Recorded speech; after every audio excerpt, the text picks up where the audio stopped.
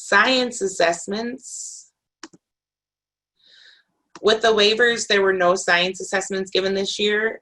And with these grade band assessments, it's a long period of time that will pass before we know what content, knowledge, skills, and abilities these students have mastered as defined under the standards. Therefore, the OPI recommends school use the new science interims at grades 5, 8, and 11, which measure individual performance expectations in a cluster. These will be released to schools in September. So that's just a side note about assessment, because we felt like you might just want some clarity on how that could look in the fall. Now you're going to look at your local and district data, whatever that you have, and you're going to identify an area and a strength and an area of growth. Again, we'll give you some time to begin this process with your team. We don't expect you to finish it during this time. You can go ahead and turn your cameras off and come back when you are ready to join us. Now you're going to compare and connect the student data and CNA to identify your needs. So as you know, you will have a goal in reading, in math, and other. The questions we want you to be asking are, where are you now? Where do you want to go? And are you on the right path to where you want to go? This may feel like a review, but you do have new data, so we are going to ask you to go through this process again and identify whatever you feel are your biggest needs to be sure that your goals are aligned to your school's needs. So I also would like to add to this, we understand we're not necessarily looking at your academic data, but as we have started to say, and I think as we follow through with this, our actions will hopefully back up what we're saying, is that there's room now in Title I school support for you to be able to focus maybe in some areas that you might not have been able to do justice before. We're not saying that academics are not important, but we also know there are areas that we put more time on that in a roundabout way are going to help with those academics. And so, yes, we still have to have the math and reading goal, and I'm anticipating that some of those are going to stay the same just because of the lack of data due to COVID. But really look at those other areas that you know that if you had opportunities to spend more time in, that would affect your overall school climate and growth, and eventually get back to that academics. We want to make sure you have that, hone in on those as well. So now in your teams, we'd like you to individually list your school's largest area for growth and largest strength. Now that you've looked at all of your data, you can use this time to identify your goal for ELA, for math, or other. Once you have completed your discussion, we'd also like you to look at your previous year's goals and make sure that your data is aligned with your goal.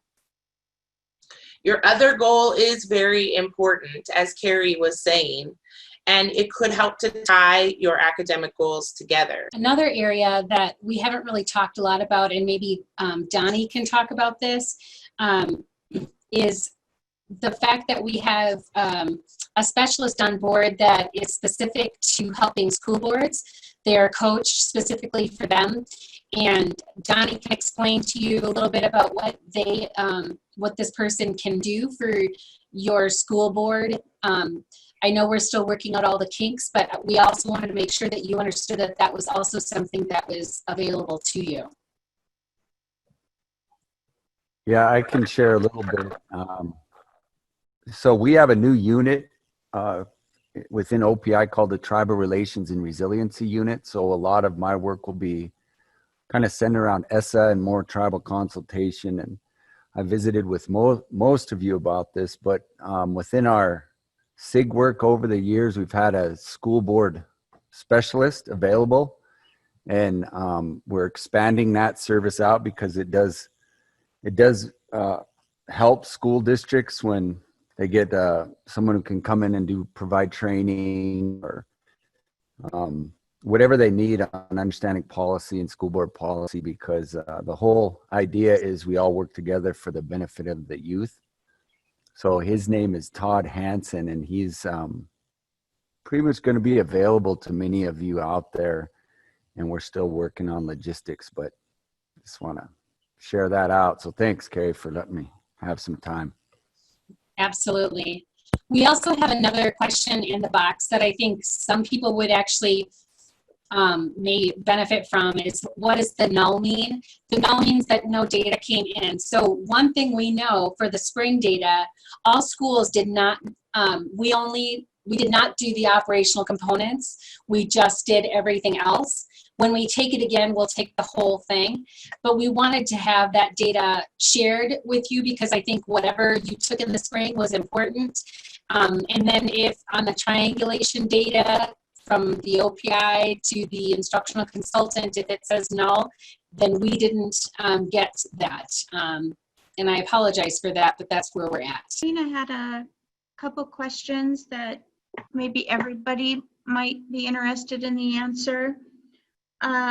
She was first of all wondering if this survey could be posted somewhere that it's easily accessed. And then secondly, will this information be on their school report card? Looking at a more efficient way to get. Oh, in the future to take the CNA? Yeah, have her whole staff have access to it. So yes. Okay. Actually, I would love that. I see that, like, for those that do the literacy grants, the CNA is right. The link is actually linked to the website. So I will double check to see if we can get that better so that it's easily accessed. And then what was the second question? And then her final question was, will this data information be on their school report cards?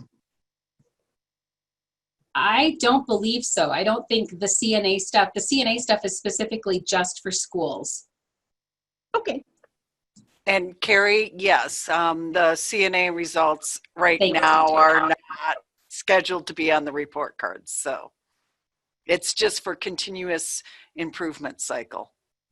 Thanks, lady. After looking at all of your data and information, we do want to reiterate that you do not have to change your intervention or your IC, especially if you are seeing growth. Due to COVID-19, the more we can keep the same for students and staff, the better. Carrie will be providing the list of one-pagers after this meeting. Whatever road you decide to take, your interventions must align with your goals and what you are seeing in your CNA data.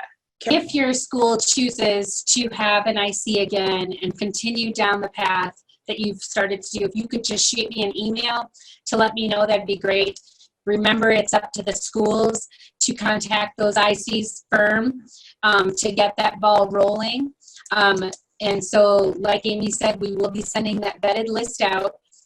And it's based on that $2,500 rate.